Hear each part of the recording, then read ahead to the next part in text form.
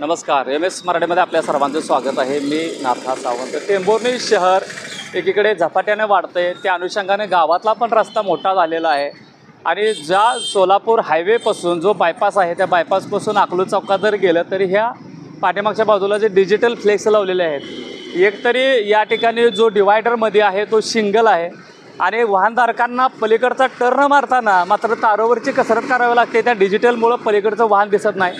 याला कदाचित मोठा अपघात होण्याची शक्यता आहे. तर याकडे ग्रामपंचायत असेल किंवा नॅशनल हायवे असतील हे कुठल्या अँगलला बघणार आहेत, कारण अपघात जर मोठा झाला तर त्याला जबाबदार कोण असणार आहे, हे बोर्ड नक्की निघतील का. त्यामुळं ट्रॅफिकला, वाहनधारकांना, टू व्हीलरधारकांना याचा मोठा नाहक त्रास या ठिकाणी होत आहे. जर प्रत्येक चौकामध्ये जर गेलं तर आपण अशा प्रकारचे डिजिटल लावलेले आहेत. ते डिजिटल किती दिवस लावले पाहिजेत आणि कशा अनुषंगाला लावले पाहिजे हे पण महत्त्वाचं आहे. आणि याला वरदहस्त नेमका कोणाचा आहे आणि ह्या डिजिटल परवानगी घेऊन रितसर मार्गाने डिजिटल लावलेत का याची पण चौकशी झाली पाहिजे असं नागरिकातून सध्या बोललं जाते. कारण हे डिजिटल मृत्यूला आमंत्रण देत आहेत असं पण नागरिकातून बोललं जाते. आपण बघा या बाजूला जर बघितलं तर डिजिटल जे आहेत त्या डिजिटलमुळे पलीकडे येणारं वाहन अजिबात दिसत नाही आहे. त्यामुळं शाळकरी मुलं असतील, महिला असतील किंवा टू व्हीलर धारक असतील, फोर व्हीलर धारक यांना मात्र याचा नाहक त्रास होतो. असं प्रत्येक चौकात जर गेला तर असे डिजिटल आहे ते डिजिटल निघणार का आणि त्यासाठी कारवाई होणार का याकडे मात्र सगळं टेंभुर्णीकरांचं लक्ष लागलेलं आहे.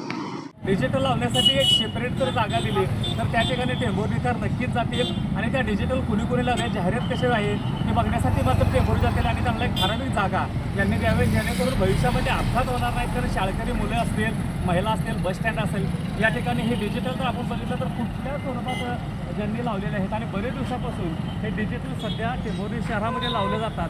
आणि पुढच्या माणसाला बघितलं तिथं बघा तसं बसून तिकडून जर वाहन आलं तर अक्षरशः वाहनधारकांना तारोवरची कसरत करावी लागते आणि वाहन जर वाळायचं म्हणलं तर डिजिटलमुळे या ठिकाणी अपघात होण्याची दाट शक्यता वर्तवली जाते.